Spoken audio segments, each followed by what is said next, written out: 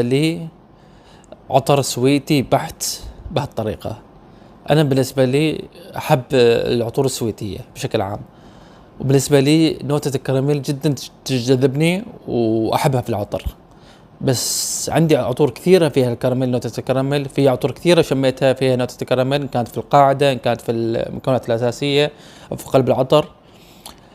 بس ما عمري ما شميت ريحة بهالطريقة وأضفت الكراميل وأضفت السويتنس بالعطر بهالطريقة بصراحة وبكل أمانة.